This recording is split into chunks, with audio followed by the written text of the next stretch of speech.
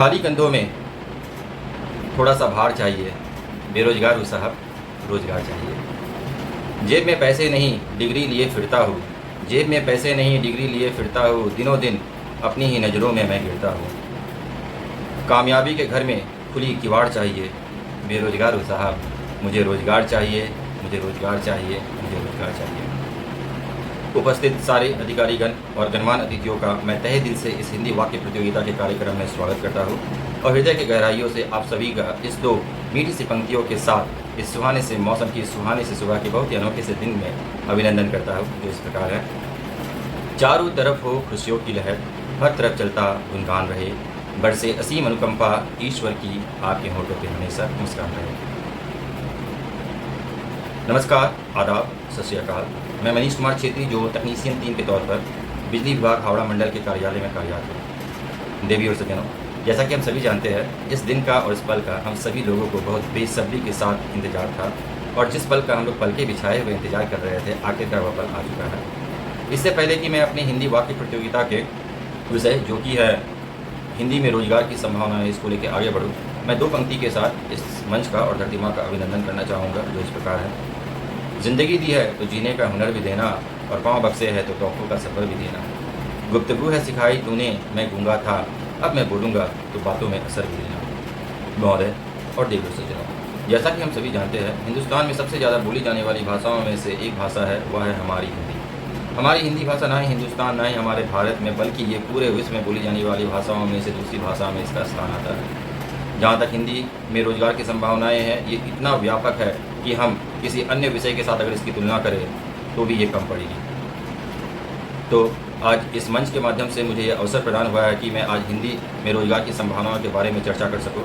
तो हमारे सारे उपस्थित अधिकारीगण और गणमान्य अतिथियों से मैं ये आग्रह करूँगा कि इस मंच के द्वारा आज मैं जो भी हिंदी में रोज़गार की संभावनाओं के बारे में कहने जा रहा हूँ, उसका वर्णन आप लोग कृपया अपने प्रियजनों, परिवार से, अपने मित्रों से, अपने बच्चों के साथ जरूर करें, ताकि हिंदी में रोजगार की संभावनाओं के बारे में कहने जा रहा हो, उसका वर्णन आप लोग कृपया अपने प्रियजनों, परिवार से, अपने मित्रों से, अपने बच्चों के साथ जरूर करें, ताकि उन्हें ये अवगत करवाया जा सके कि हिंदी में रोजगार की कितनी सारी संभावनाएं हैं। जहाँ तक हिंदी में रोजगार की संभावनाएं हैं, हम लोग यही सोचते हैं कि हिंदी में संभावनाएं ही नहीं है रोजगार की, ये बहुत सीमित है, ये कुछ सरकारी संस्थान तक ही सीमित होकर रह जाते हैं, लेकिन ऐसा नहीं है। अगर मैं बात करूँ सृजनात्मक क्षेत्र की, जिसे हम लोग क्रिएटिव फील्ड भी कहते हैं, अगर आप में सृजनात्मक प्रतिभा है, अगर आप किसी चीज़ को अच्छी तरह से सोच सकते हो, विचार सकते हैं, और अगर आपकी हिंदी अच्छी है, अगर आपको हिंदी अच्छा लिखना आता है, पढ़ना आता है, तो आप एक अच्छे कवि बन सकते हैं, एक अच्छे लेखक बन सकते हैं।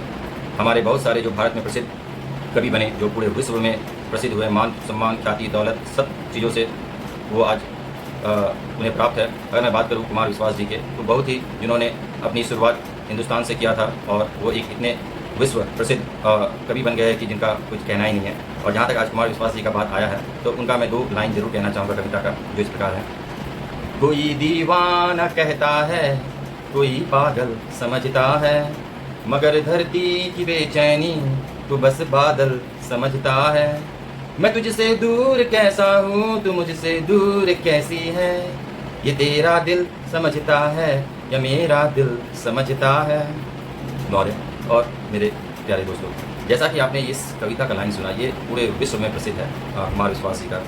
मतलब अगर आपकी भाषा का अच्छा पकड़ है हिंदी में, ये एक ऐसी गहना है जो आपके व्यक्तित्व को पूरी तरह से निखार देता है। और रोजगार की जो संभावनाएं हैं सृजनात्मक क्षेत्र में, ये असीमित है, जिसका कोई सीमा ही नहीं है। आप विज्ञापनों के क्षेत्र में अगर देखो, अगर आपकी सृजनात्मक कला है आपका, आज टेलीविजनों में देखिए बहुत सारे विज्ञापन आते हैं छोटी छोटी लाइनों के, अगर आप वही लिख के अगर आप चाहते हो, अगर आपको हिंदी अच्छा आता है, तो आप लाखों करोड़ कमाते हैं, मान कमाते हैं, सम्मान कमाते हैं, इत्यादि कमाते हैं। जैसे कि आजकल टेलीविज़न में बहुत ही चर्चित लाइन है, डॉलर फिट है बॉस, MDH।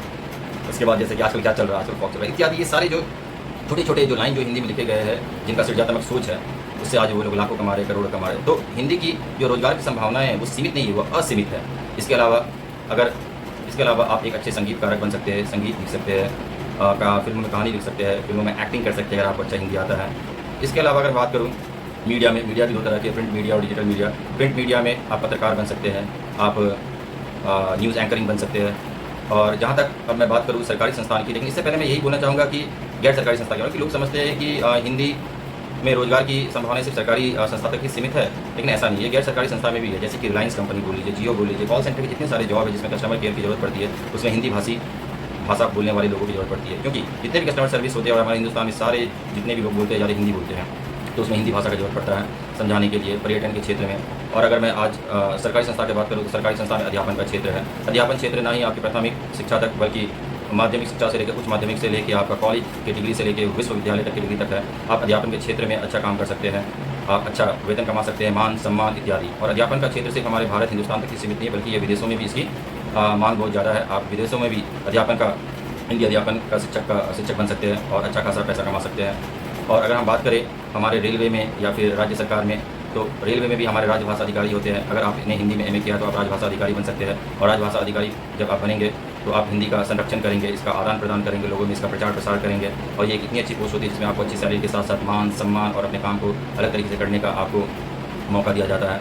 और आज जिस हिंदी के विषय में मैं आज बोल रहा हूँ, आज हमारे राजभाषा अधिकारी के सामने बोल रहा हूँ, जिन्हें किसी परिचय का ज़रूरत नहीं है। इसके अलावा शासकीय प्रशासनिक सेवा में जैसे यूपीएससी के जो एग्ज़ाम होते हैं उसमें भी हिंदी को प्राथमिकता दी जाती है। जितने भी हिंदी मीडियम माध्यम के बच्चे होते हैं वो लोग हिंदी में अपना परीक्षा देते हैं, उसमें उत्तीर्ण होते हैं, इंटरव्यू भी वो लोग अपनी हिंदी में देते हैं। तो अगर हिंदी इतनी सुंदर भाषा अगर उसको अच्छी तरह से बोला जाए तो इसका कुछ कहने का मतलब ही नहीं है।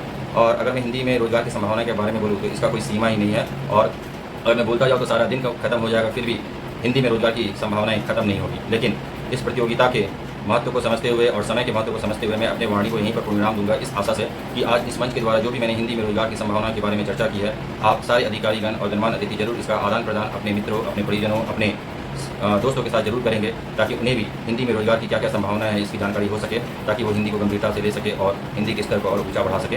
तो इसी आशा के साथ मैं अब अपने वाणी को पूर्णविराम देता हूँ। जय हिंद, जय भारत।